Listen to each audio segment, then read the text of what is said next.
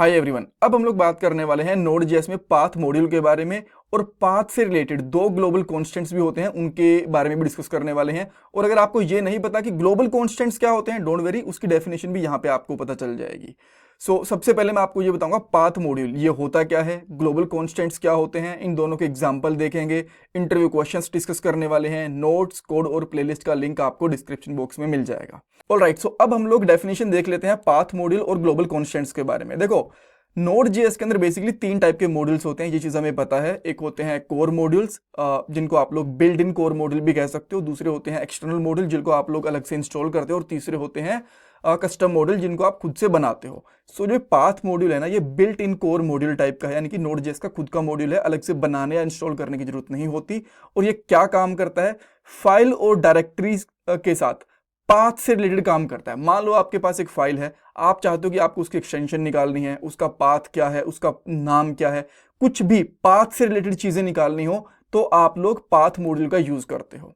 और global constants क्या होते हैं, ये ऐसे वैल्यूज होती हैं जो आपके नोड.जेएस के प्रोजेक्ट के अंदर अवेलेबल रहती हैं। इनको अलग से इंस्टॉल करना, इंपोर्ट करना नहीं पड़ता और आप इनकी जो वैल्यूज है उनको चेंज भी नहीं कर सकते। अदरवाइज हम लोग इनको ग्लोबल वेरिएबल बोल देते। इनकी वैल्यूज को चेंज नहीं करा जा सकता और ये अवेलेबल रहती है आपके सिस्टम के अंदर विदाउट इंस्टॉलेशन, विदाउट इंपोर्ट, इसीलिए हम लोग इनको बोलते हैं ग्लोबल कॉन्स्टेंट्स। अब वैसे तो बहुत सारे ग्लोबल कॉन्स्टेंट्स होते हैं, सारे के सारे हम लोग यहाँ पे डिस्कस नहीं करेंगे। यहाँ पे हम लोग दो ऐसे ग्लोबल कॉन्स्टेंट्स के बारे में बात करने वाले हैं जो पाथ से ही रिलेटेड रहते हैं। एक होता है अंडरस्कोर अंडरस्कोर dir नेम और एक होता है अंडरस्कोर अंडरस्कोर फाइल नेम। इन दोनों का एक्चुअल यूज क्या है, जब कोड में आएंगे तभी उसके बारे में आपको पता चलेगा। कभी कभी हमें लगता है कि बस ट्यूटोरियल्स देखना काफी नहीं होता, हमें एक प्रॉपर गाइडेंस, 1-to-1 मेंटरशिप, एक स्ट्रक्चर्ड ट्रेनिंग चाहिए होती है जो हमें रियल में जॉब तक पहुंचाने में हमारी हेल्प करे। इसके लिए शार्पनर टेक आपकी हेल्प करेगा। आपको डिस्क्रिप्शन बॉक्स में दिए हुए लिंक पे कुछ डिटेल्स प्रोवाइड करवानी है, जैसे नाम और नंबर। देन आपको हमारी साइड से एक कॉल आएगा। उस कॉल में आप लोग आपके जितने भी डाउट्स हैं, क्वेश्चंस हैं, वो पूछ सकते हो और अपने करियर को सही डायरेक्शन में लेके जा सकते हो। और ये कॉल बिल्कुल फ्री ऑफ कॉस्ट है, इसका कोई भी चार्ज नहीं है। और हाँ, इनका एक पे आफ्टर प्लेसमेंट प्लान भी है, जिसके अंदर पहले आपकी जॉब लगेगी, उसके बाद आपको इनको पे करना रहेगा। आप उसके रिगार्डिंग भी इनसे बात कर सकते हो, इनसे पूछ सकते हो। So check out the description box. Okay, so सबसे पहले हम लोग पाथ मॉड्यूल के साथ में कुछ एग्जाम्पल्स बना के देखते हैं। तो इसको सबसे पहले अगर आपको इंपोर्ट करना होता है तो सिंपली एक कांस्टेंट ले लो या फिर वेरिएबल ले लो। देन यहाँ पे करो रिक्वायर, और रिक्वायर में आप सिंपली यहाँ पे लगा दोगे पाथ, इस तरीके से, और आपका जो पाथ मॉड्यूल है ये इंपोर्ट हो चुका है। ओके, सो मान लो हमारे पास एक फाइल है, यहाँ पे फाइल मैंने कांस्टेंट लिया और उसका फाइल का नाम है मेरे पास peter.txt, ठीक है यहाँ पे, और इसके फोल्डर का पाथ भी है मेरे पास, विच इज सिंपली टेक्स्ट, इस तरीके से करके, ठीक है। ये यहाँ पे स्टोर है, हमें पता है। अब इसके ऊपर हम लोग पाथ जो ये मॉड्यूल है ना, इसका यूज कर सकते हैं। मान लो आप इसको, इसकी एक्सटेंशन निकालनी है, यहाँ पे करते हो लॉग और यहाँ पे करते हो बेसिकली path.ext नेम, इस तरीके से, तो इसकी एक्सटेंशन आ जाएगी।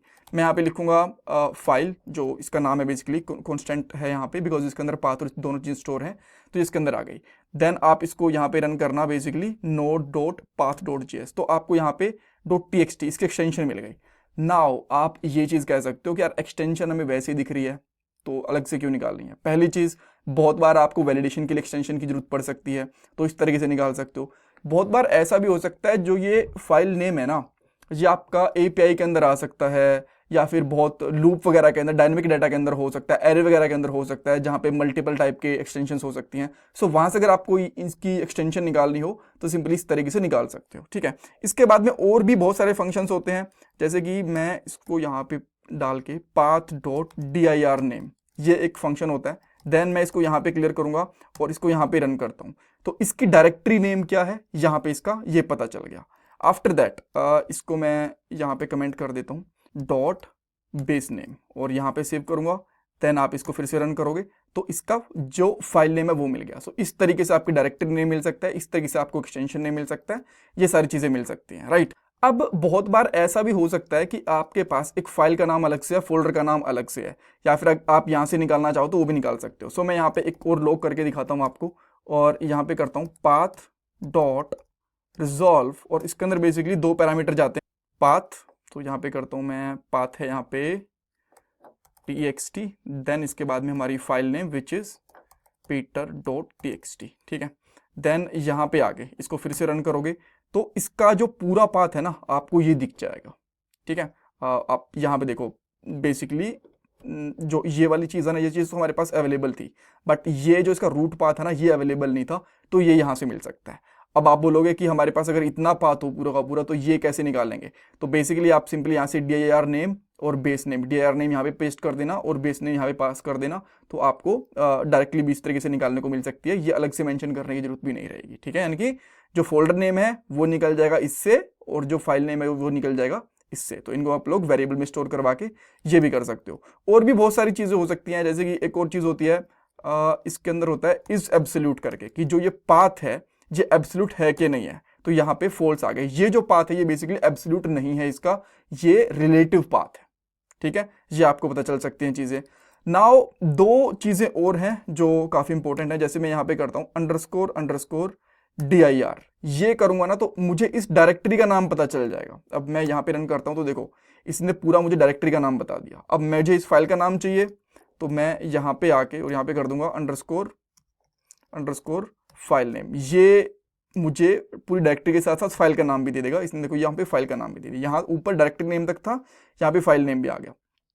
एक चीज, ये जो दोनों चीज है ना, ये है बेसिकली ग्लोबल कॉन्स्टेंट्स। और बहुत बार इंटरव्यूज में ना लोग कंफ्यूज करने के लिए पूछ लेते हैं कि क्या ये जो __ dir नेम और __ फाइल है कि ये पाथ मॉड्यूल का पार्ट है, बिकॉज ये भी ऐसे कुछ पाथ वगैरह ही देते हैं। जी नहीं, ये हमारे ग्लोबल कॉन्स्टेंट्स हैं और ये हमारे पास पाथ मॉड्यूल है। ये अलग चीज है, ये अलग चीज है। तो पाथ मॉड्यूल क्या है और ग्लोबल कॉन्स्टेंट्स क्या होते हैं, ये दोनों चीजें मैं यहाँ पे आपको बता चुका हूँ। सो इसमें कुछ डाउट कंफ्यूजन है, आप मुझे कमेंट सेक्शन में पूछ सकते हो। एंड इंटरव्यू क्वेश्चन ये बेसिकली पूछ सकते हैं कि आप लोग करंट फाइल का नाम कैसे निकालोगे, करंट डायरेक्टरी का नाम कैसे निकालोगे, या फिर अच्छा एक चीज आपके दिमाग में भी आ सकती है, वैसे मैं आपको बता देता हूँ।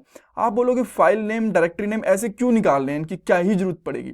बहुत बार ऐसा होता है कि आपके पास बहुत बड़ा प्रोजेक्ट है, 100-150 फाइल्स हैं, एक फाइल दूसरे फाइल में इंक्लूड हो रही है, दूसरी फाइल तीसरी फाइल में इंक्लूड हो रही है, तो आपको पता नहीं चल रहा होता कि ये जो स्पेसिफिक आउटपुट मुझे मिल रहा है ये कहाँ से आ रहा है। तो आप लोग console.log करवा के उसका पाथ और उसकी फाइल है ये चीजें चेक कर सकते हो। सो कभी कभी ये डीबगिंग के काम भी आती हैं, ठीक है। सो बहुत बार इंटरव्यूज के अंदर __ डायरेक्टरी नेम और __ फाइल नेम के बारे में पूछा जाता है, पाथ मॉड्यूल के बारे में पूछा जाता है। सो ये बेसिक चीजें आपको पता होनी चाहिए। ऑलराइट, एंड द कोड के लिए आपको जाना है द codingskills.com के ऊपर, देन कोर्सेज के ऊपर जाओ, सारे कोर्सेज मिल जाएंगे। ये हमारा नोड वाला है, सारी की सारी वीडियो का कोड यहाँ पे आपको मिल जाएगा, नोट्स वगैरह सब कुछ। Alright, thank you so much for watching this part guys.